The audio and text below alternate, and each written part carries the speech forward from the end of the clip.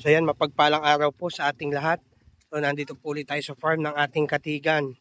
So at ganyan lang po kabababa yung katigan, ang daming bunga niya. Tapos ito pagkakakilalan niya, may ganyan. So pagka meron kang isang puno nito sa inyong harapan, okay na okay ang pagbubuko. So magbubuko tayo kay Rudy.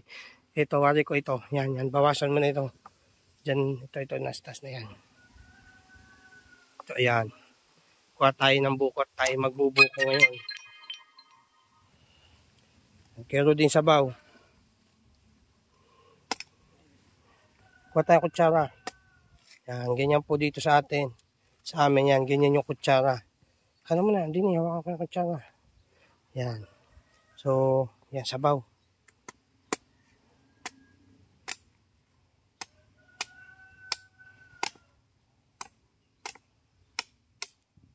Yun, butas, kero din. Linis yan. Oh, yako, tamang-tama Kuya Rudy. Na nga ang kasarapan.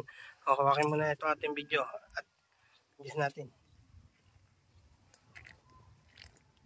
Wow, tamis. Iba yung sabaw niya, matamis.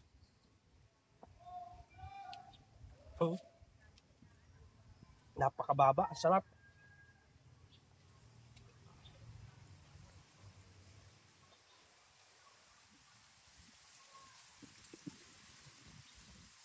Kuya Rudy, baak. Dali. So ayan, babaakin na ni Kuya Rudy. So ayan si Kuya Rudy. Yan yung ating takunan. Ay, yung ating armat ay katigan. Katigan po ito mga kadwarf ha. Yan yung dami mamunga. Oh. Grabe, pagka may ganito kang puno, isang puno mo, naubos na lang ito. Tulad dito, naubos na lang nakakabuko. Basta mayroon pong bisita dito sa atin. Kuha na kuha. Yan, ubos na. O yun, ang ganda na laman. Kaya di videoan mo. O, napakasarap po nito. Ito gagamitin natin yung kutsara natin.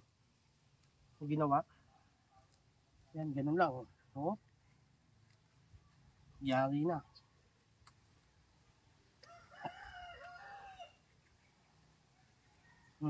Yari na.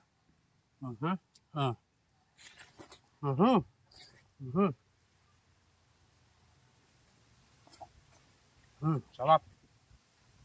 Sarap.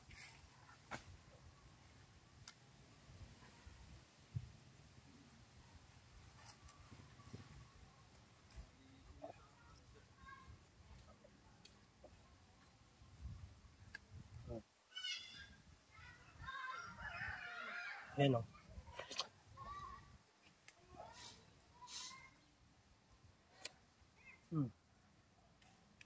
The best. Ang sarap po mga kapatid. Mga ka-dwarf. So ayan. Bili na kayo ng mga dwarf coconut.